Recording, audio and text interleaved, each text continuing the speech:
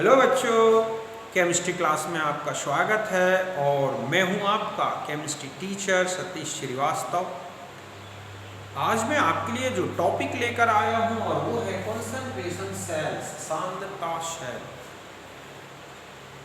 तो देखो, ये भी एक प्रकार के गैल्वेनिक सेल हैं। क्यों? क्योंकि इनमें भी इलेक्ट्रिकल एनर्जी का जनरेशन होता है। अब हम आते हैं इनकी डेफिनेशन में, तो हम पाएंगे कि ऐसे सेल जिनमें इलेक्ट्रिकल एनर्जी किसी सब्सटेंस के हाई कंसंट्रेशन वाले रीजन से लो कंसंट्रेशन वाले रीजन की ओर ट्रांसफर होने के कारण प्रोड्यूस्ड होती है। समझ गए बच्चों कि ऐसे सेल जिसमें विद्युत ऊर्जा किसी पदार्थ के उच्च सांद्रता वाले क्षेत्र से निम्न सांद्रता वाले क्षेत्र की ओर स्थानांतरण के कारण उत्पन्न होती है, तो उसे हम बोलते हैं क्या?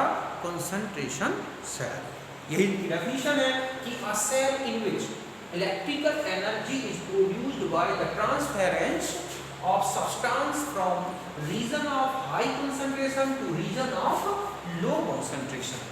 ऐसे सेल जिसमें विद्युत ऊर्जा का उत्पादन पदार्थ के उच्च सांद्रण क्षेत्र से निम्न सांद्रण क्षेत्र में स्थानांतरण के कारण उत्पन्न होती है, तो उनको बोलते हैं क्या? Concentration cells.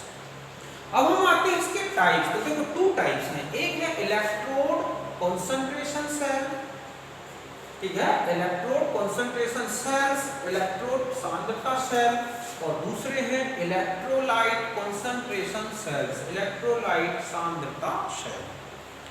तो हम एक एक करके समझते हैं इनको। सबसे पहले हम आते हैं इलेक्ट्रोड कंसंट्रेशन सेल्स। तो देखो, इस प्रकार के सेल में क्या होगा कि दो अलग अलग जो है कंसंट्रेशन वाले इलेक्ट्रोड, ठीक है, एक ही विलयन में, एक ही इलेक्ट्रोलाइटिक विलयन में रखे होते हैं। मतलब है सॉल्यूशन की सांद्रता अलग अलग नहीं होगी, बल्कि दो इलेक्ट्रोड होंगे, उनकी कंसंट्रेशन अलग अलग होगी। इस कंसंट्रेशन के डिफरेंस के कारण ही जब इन्हें एक दूसरे से कनेक्ट किया जाता है तो इन इलेक्ट्रोड्स पर पोटेंशियल डिफरेंस प्रोड्यूस्ड हो जाता है। तो इस तरह से कि इन these cells, समझिए ना, in these cells the potential difference is developed between two electrodes at different concentrations suspended in same solution of electrolyte। मतलब ये है कि इनमें एक इसमें जो है इस प्रकार के जो सेल हैं, इसमें दो भिन्न सांद्रता वाले इलेक्ट्रोड एक ही विद्युत अपघट्ट के विलयन में डूबे रहते हैं, तो उन्हें बोलते हैं क्या? Electrode concentration cell. सीधा सा है कि एक ही सॉल्यूशन में दो इलेक्ट्रोड लगे हैं और दोनों इलेक्ट्रोड की कंसंट्रेशन जब अलग अलग होती है तो उन्हें बोला जाता है क्या? Electrode concentration cells. तो पहले आप इसे नोट करें, फिर हम इसके एक एग्जांपल से समझते हैं।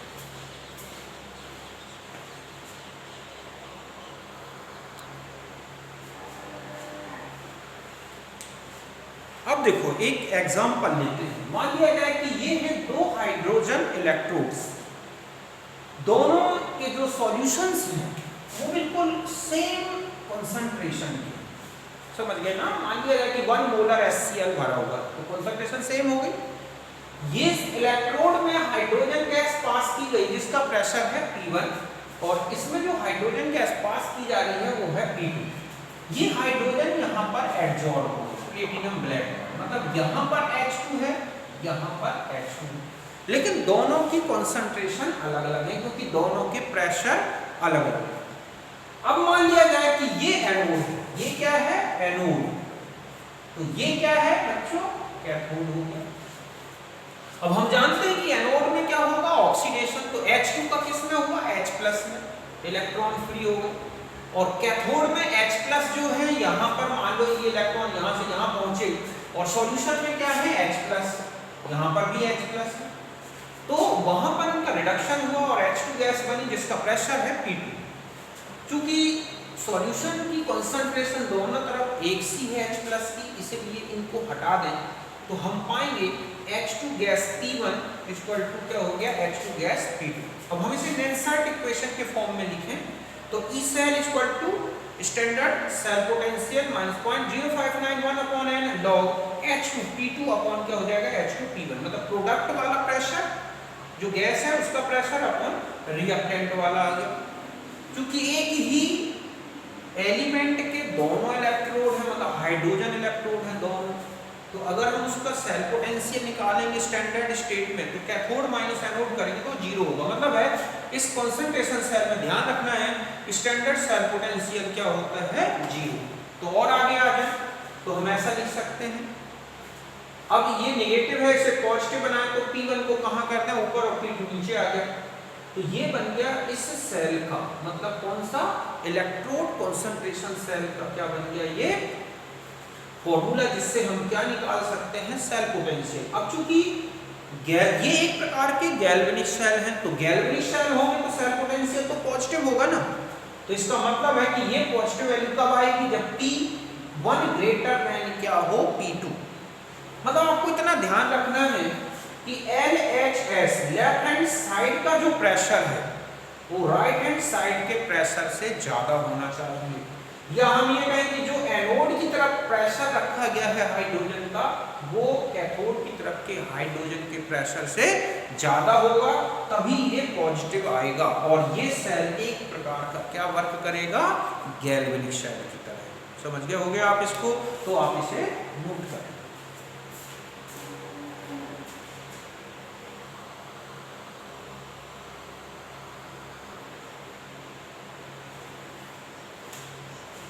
अब मान लिया जाए कि ये जिंक अमलगम का एक इलेक्ट्रोड कंसंट्रेशन सेल, यहाँ पर जिंक अमलगम की कंसंट्रेशन, मतलब जिंक अमलगम में जिंक की कंसंट्रेशन है C1, ZnSO4 के सॉल्यूशन में रखा है, और यहाँ पर है Zn की कंसंट्रेशन C2। एनोड की तरह ये वर्क कर रहा है तो ये ऑक्सीडाइज हो रहा है, यहाँ पर ये कैथोड की तरह वर्क कर रहा है तो Zn का क्या हो रहा है रिडक्शन। ये बन गया एक सेल, मतलब C1 से कहां कन्वर्जन हो रहा है C2, तो सेल पोटेंशियल का ये नेंसर्ट इक्वेशन बनेगा। फिर वही है यहाँ पर जो है सीधा है कि E0 सेल क्या होगा जीरो, तो हमारा इक्वेशन ये बन गया, और हम इसे C1/C2 लिखेंगे तभी ये पॉजिटिव आएगा। मतलब है कि अगर मान लो सेल पोटेंशियल पॉजिटिव आना है अर्थात ये गैल्वेनिक सेल की तरह वर्क करेगा, तो सीधा सा है कि LHS लेफ्ट हैंड साइड की जो कंसंट्रेशन है वो राइट हैंड साइड की कंसंट्रेशन से ज्यादा रखनी पड़ेगी, मतलब इलेक्ट्रोड में, या हम ये कहें कि जो एनोड की कंसंट्रेशन है इलेक्ट्रोड में, ठीक है, एनोड कंसंट्रेशन है वो क्या होनी चाहिए कैथोड कंसंट्रेशन से ज्यादा होगी, तभी ये एक प्रकार का क्या बन जाएगा गैल्वेनिक सेल। तो यहां तक आप समझ गए होंगे इलेक्ट्रोड कंसंट्रेशन सेल, तो आप इसे नोट करें।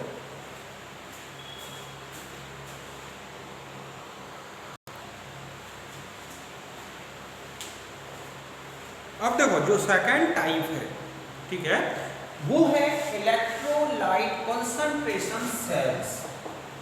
तो देखो इनमें क्या होता है, इस प्रकार के जो सेल्स होते हैं इनमें जो इलेक्ट्रोड हैं उनमें तो एलिमेंटल कंसंट्रेशन सेम होगी, मतलब दोनों इलेक्ट्रोड्स जो हैं वो सेम कंसंट्रेशन के होंगे, लेकिन दोनों इलेक्ट्रोड्स के जो सॉल्यूशंस हैं इलेक्ट्रोलाइट एक ही होगा लेकिन उनकी सॉल्यूशंस की कंसंट्रेशन अलग अलग होंगी। मतलब है कि दो इलेक्ट्रोड जो कि समान कंसंट्रेशन वाले हैं उनको ऐसे सॉल्यूशन में रखे गए हैं, ऐसे सॉल्यूशंस में जिनमें एक ही इलेक्ट्रोलाइट की अलग अलग कंसंट्रेशंस होती है। समझ गए ना, मतलब in these cells the electrodes are identical, दोनों इलेक्ट्रोड बिल्कुल समान हैं, but these are suspended in solutions of same electrolyte। मतलब है कि जो इलेक्ट्रोलाइट सेम होगा लेकिन ठीक है बट डिफरेंट कंसंट्रेशन, बट उसकी क्या होंगी कंसंट्रेशंस अलग अलग होंगी। अब आता है कि इनमें पोटेंशियल डिफरेंस कैसे डेवलप डेवलप होगा, तो इसमें क्या होगा कि एक सॉल्यूशन से इलेक्ट्रोलाइट दूसरे सॉल्यूशन में क्या होता है, डिफ्यूज होता है। ऐसे में एक इलेक्ट्रिकल पोटेंशियल डिफरेंस जो है इलेक्ट्रोड्स पर डेवलप हो जाता है। समझ गए बच्चों कि ऐसे सांद्रता सेल जिनमें दोनों इलेक्ट्रोड समान होंगे किंतु दोनों इलेक्ट्रोड्स को अलग अलग सांद्रता वाले विद्युत अपघट्ट के विलयन में रखा जाता है। इसमें विद्युत अपघट्ट एक विलयन से दूसरे विलयन में विसरित होता है, जिसके कारण ही इलेक्ट्रोड पर क्या उत्पन्न हो जाता है, विभवांतर। तो यही मैंने यहाँ पर लिखा है कि विसरण के कारण ही विभवांतर उत्पन्न होता है। मान लिया जाए कि ये दो हाइड्रोजन इलेक्ट्रोड्स हैं, एक का सॉल्यूशन है 0.2 मोलर का और एक का सॉल्यूशन है 0.1 मोलर का, दोनों HCl के सॉल्यूशंस हैं। दोनों इलेक्ट्रोड पर एक एटीएम 1 एटीएम में क्या रखा गया है, हाइड्रोजन को पास की गई है। तो दोनों इलेक्ट्रोड की जो है, दोनों इलेक्ट्रोड्स की जो कॉन्सेंट्रेशंस है वो तो सेम है, बट किसकी कॉन्सेंट्रेशंस अलग है, सॉल्यूशंस की। तो ऐसे जो ये सेल बना इसे हम बोलेंगे इलेक्ट्रोलाइट कॉन्सेंट्रेशन सेल। जैसे हम ऐसा लिखें कि ये है एक इलेक्ट्रोड, ये मेटल सेम है, ये उसके दोनों के आयन सेम है, लेकिन यहाँ पर इसकी कॉन्सेंट्रेशन है C1, तो यहाँ पर क्या है C2। जैसे ठीक है, तो ये इस तरह से एक कॉन्सेंट्रेशन सेल लिखा है। जैसे मान लिया जाए PTH2 1 ATM में है, ये एनोड की तरह है, HCl का सॉल्यूशन है, दोनों के लिए सेम कॉन्सेंट्रेशन, मतलब दोनों के इलेक्ट्रोड्स के लिए HCl की कॉन्सेंट्रेशन अलग अलग है। यहाँ मान लिया जाए HCl की कॉन्सेंट्रेशन है 0.2 मोलर, यहाँ पर है 0.1 मोलर और यहाँ पर भी हाइड्रोजन इलेक्ट्रोड, ठीक है, PTH2 इलेक्ट्रोड जो है सस्पेंडेड है। तो इस तरह के इलेक्ट्रोड्स को हम बोलते हैं कौन से, इलेक्ट्रोलाइट कॉन्सेंट्रेशन सेल्स। तो अब हम इनके सेल पोटेंशियल को देखते हैं, उनको कैसे कैलकुलेट किया जाए। तो पहले आप इसे नोट करें।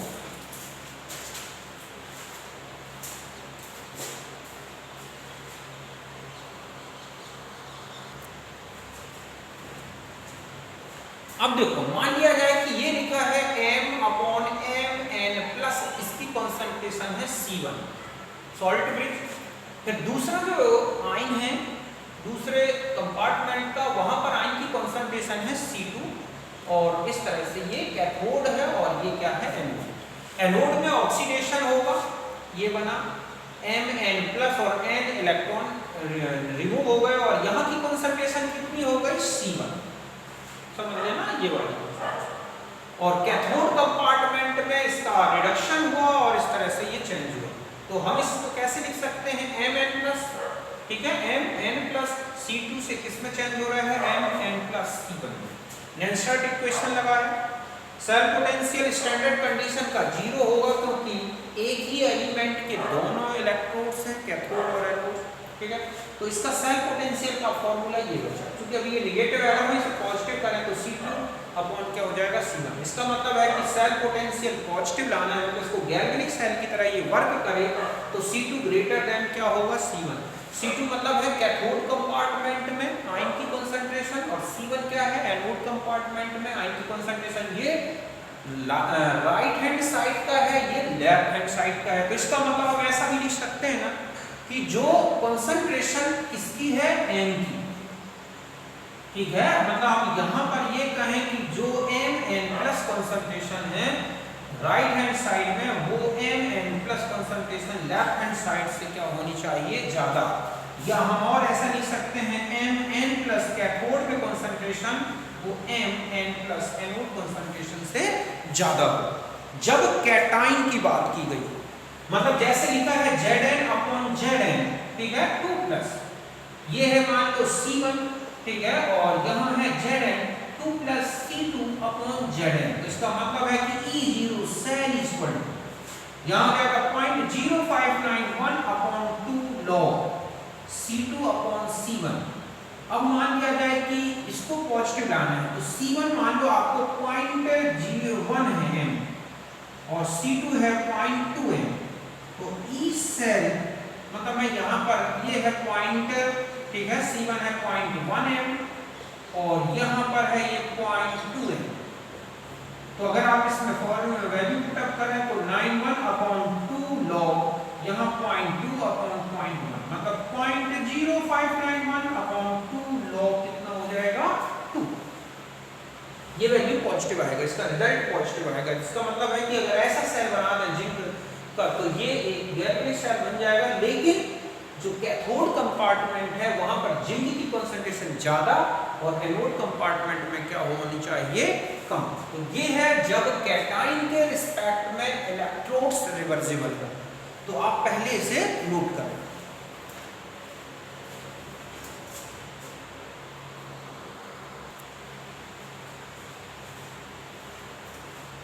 अब देखो, अगर मान लो कोई जो कंसंट्रेशन सेल ऐसा है जिसमें एनाइन इलेक्ट्रोलाइट है, ठीक है, मतलब है कि एनाइन का इलेक्ट्रोलाइटिक सेल है।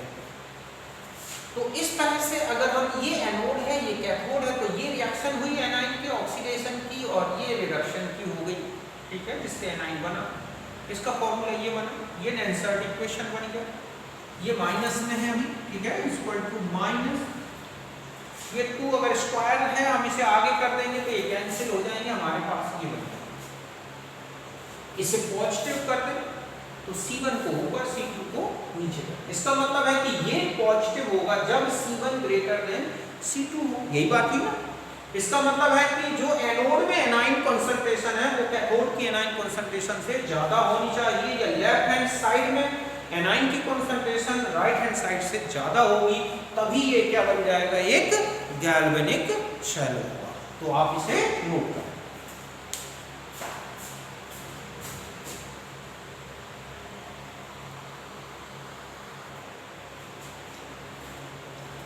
अब देखो, मैंने आपको ये 1, 2, 3 और क्वेश्चन 4 ये 4 क्वेश्चन दिए हैं। एक क्वेश्चन का सॉल्यूशन मैं बता देता हूं। ये है हाइड्रोजन इलेक्ट्रोड जो इलेक्ट्रोलाइट कंसंट्रेशन सेल है। तो इलेक्ट्रोलाइट कंसंट्रेशन सेल हो और कैटाइन के रिस्पेक्ट में हो तो उसका फॉर्मूला लगेगा 0.0591/n log C2/C1। H+, एक इलेक्ट्रॉन ऐड होगा, मतलब यहाँ पर n की वैल्यू 1 रखोगे। C1 देखो एनोड कंसंट्रेशन है, C2 क्या है, कैथोड कंसंट्रेशन। तो हम लिखते हैं 0.0591/1 log C2/C1। ये फॉर्मूले रखोगे, ये सॉल्यूशन होगा। बाकी अब ये 3 क्वेश्चंस आपको खुद पता लगाने हैं कि ये किस तरह के इलेक्ट्रोलाइट, मतलब किस प्रकार के कंसंट्रेशन सेल्स हैं और उनमें क्या फॉर्मूला लगेगा और उनको सॉल्व करना है। समझ गए ना। यहाँ पर आप देखें 2 ATM है, यहाँ 1 ATM है, सेम सॉल्यूशन में ये सस्पेंडेड है दोनों इलेक्ट्रोड्स। यहाँ पर 0.2 है, यहाँ 0.1 है। यहाँ पर Cl2 है और HCl का 0.2 मोलर है और HCl का 0.1 मोलर है और Cl2 है। समझ गए ना। तो आप इनको सॉल्व करके देखें। ये मैं यहाँ पर 0.4 मोलर कर देता हूँ। तो इन सबको सॉल्व कर लेना। इस तरह से मैंने आपको कॉन्सेंट्रेशन सेल्स के बारे में बताया और उनसे रिलेटेड क्वेश्चन। तो आप इनके जो सेल पोटेंशियल निकालने के जो फॉर्मूलेज हैं, पूरा फॉर्मूलाज हैं, उनको अच्छे से याद कर लो, फिर आप बहुत ही इजी गोइंग क्वेश्चन सॉल्व कर लेंगे। तो ठीक है, तो अब हम मिलते हैं नेक्स्ट वीडियो में। Thank you.